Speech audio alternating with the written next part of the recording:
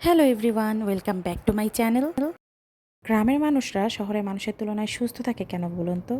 কারণ এই আবহাওয়া, পরিবেশ এবং ফরমালিন মুক্ত শাকসবজি। আমি চলে এসেছি আমাদের গ্রামের বাড়িতে, আর আমার ছোট্ট মেয়ের জন্য আমি সবজি খিচুড়ি রান্না করব।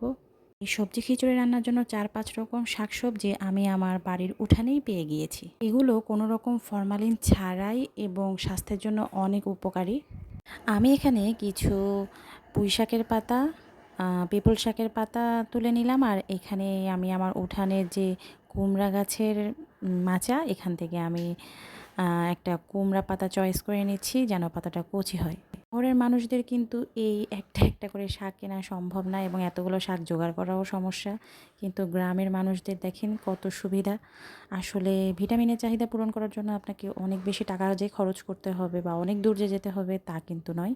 আপনি আপনার হাতের কাছে যা আছেন তা দিয়েই আপনার বেবিদের পুষ্টির চাহিদাটা পূরণ করতে পারবেন। আমি আর আমার আম্মু মাঠে সকালে হাঁটতে গিয়েছিলাম, আর আমাদের জমিতে দেখি যে এই থানকুনি পাতাগুলো হয়েছিল, ওগুলোও তুলে নিয়েছি। আপনারা সবাই জানেন যে থানকুনি পাতা শরীরের জন্য, বিশেষ করে পেটের অসুখে অনেক উপকারী।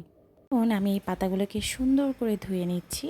প্রথমে দিলাম লাউয়ের ডগা, তারপরে দিলাম কুমড়া পাতা, এখন পুঁই শাকের পাতা, একটা থানকুনি পাতা, সরি এটা পিপল পাতা, আর এই যে আমাদের তুলে নিয়ে আসা থানকুনি পাতা। থানকুনি পাতা মূলত আমরা পেঁয়াজু বানিয়ে খাই। থানকুনি পাতার পেঁয়াজু যে একবার খাবে সে ভাই অন্য পেঁয়াজু আর পছন্দই করবে না। এখন এই যে চাল ডাল ধুয়ে নিয়ে আমি খিচুড়িটাকে তুলে দিলাম। রোজা চলে গিয়েছে কিন্তু ছোলাটা যেন একদমই মিস করছিলাম আমরা সবাই, তাই আম্মু আমাদের জন্য ছোলা ভুনা করেছিল। এখন এটাকে শসা কুচি এবং ধনিয়া পাতা কুচি আর একটুখানি কাঁচামরিচ কুচি দিয়ে মাখিয়ে নিব সুন্দর করে। আসলে রোজা চলে যাওয়ার পরেও এই ছোলা দিয়ে মাখানো মুড়িটা আমরা খুব বেশি মিস করছিলাম। আপনাদের কার কার এইভাবে ছোলা মাখিয়ে খেতে ভালো লাগে আমাকে কমেন্টে জানান। আর এখানে আমাদের জমির যে সরিষা, ওই খাঁটি সরিষার তেলটা ভাঙানো, আমি ওটা ইউজ করছি। এখন এটাকে মাখিয়ে আমি সবাইকে সার্ভ করব। অপরদিকে দেখি আমার আম্মু এখানে মাছ ভাজি করছে, কারণ সজনে ডাঁটা দিয়ে আজকে আলু ঘাটি হবে। আমরা যারা বগুড়াবাসী আমরা জানি যে অথেন্টিক যে আলু ঘাটিটা এটা কিন্তু মাছ দিয়েই হয়। আমি মাছের আলু ঘাটি অতটা পছন্দ করি না, তাই আম্মু আমার জন্য একটা ডিম দিয়ে দিয়েছিল। কিন্তু ট্রাস্ট মি, আমি এখন থেকে মাছের আলু ঘাটিও খাবো, কারণ এটাও খুবই খুবই টেস্টি। পুরা রান্নাটাই হচ্ছিল কাঠের চুলায়। আমরা সবাই চাচ্ছিলাম যে কাঠের চুলায় রান্না করা তরকারিটা খাবো। আম্মু বাহিরে রান্নাটা করছিল। কি সবগুলো থানকুনি পাতা সুন্দর করে বেছে নিয়েছি, এটাকে আমরা পরবর্তীতে পেঁয়াজু বানিয়ে খাবো। আর এই ছোট্ট আমগুলো খাওয়ার জন্য আমি দেরি সহ্য করতে পারছিলাম না, তাই আমি প্রত্যেকটা গাছের তলায় গিয়ে গিয়ে আমাদের বাসার যতগুলো ছোট ছোট আম পড়েছে সবগুলোকে কুড়িয়ে নিয়ে এসেছি এবং আপুকে রিকোয়েস্ট করলাম এগুলো ছেলে দিতে। এখন আমরা এগুলো লবণ দিয়ে খাচ্ছিলাম। এটা কার কার পছন্দ আমাকে বলুন। আমি তো জাস্ট ওয়েট করে থাকি যে কখন এই আমগুলো হবে আর আমরা এগুলো খাবো। এইভাবে আম খাওয়ার জাস্ট মজাই আলাদা। গাছের নিচে বসে খাইতে পারলে আরও ভালো হতো, কিন্তু ওগুলো এখনও বড় হয়নি। বড় হলে ইনশাল্লাহ আরেকটা ভিডিও দেব আপনাদেরকে লোভ লাগানোর জন্য। তারপরে আমরা বেরিয়ে পড়লাম রেডি হয়ে, একটুখানি ভ্যানে করে ঘুরবো এবং কলেজ স্টেশনে আমাদের কিছু কাজ ছিল।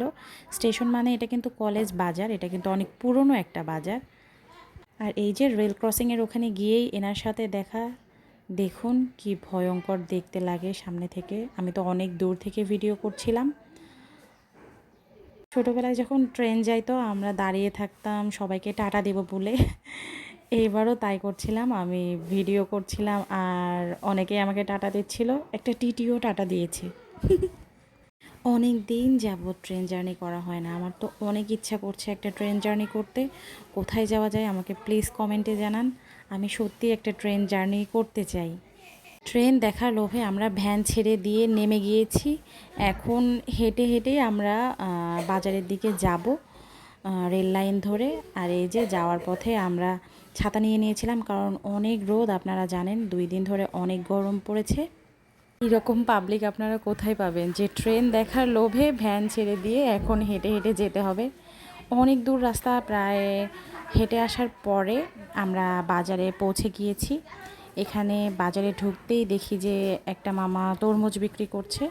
তরমুজগুলো অনেক বেশি বড় ছিল না, ছোট ছোট ছিল। তাই আমি এখানে 2টা তরমুজ নিয়েছি, কারণ বাসার সবাই যেন আমরা খেতে পারি। এগুলোর দাম ছিল 40 টাকা করে। আর বিশ্বাস করুন, তরমুজগুলো ছোটো তাই আমি ভেবেছিলাম যে এগুলো বেশ একটা ভালো হবে না, কিন্তু এগুলোর কালার দেখেই জান শান্তি। বিলিভ মি, এই গরমে ঠান্ডা ঠান্ডা তরমুজ, আলহামদুলিল্লাহ। এবং অনেক বেশি মিষ্টি ছিল, আলহামদুলিল্লাহ। এই স্টেশনটা কে কে চিনতে পারছেন? আগে যারা আসতেন বা এখন যারা আসতে পারেন না, তাদের নিশ্চয়ই দেখে বুকের ভিতর মোচড় দিয়ে উঠছে, তাই না? আমিও অনেক বছর পরে এসেছিলাম এই স্টেশনটাতে। আজ এ পর্যন্তই, আল্লাহ হাফেজ।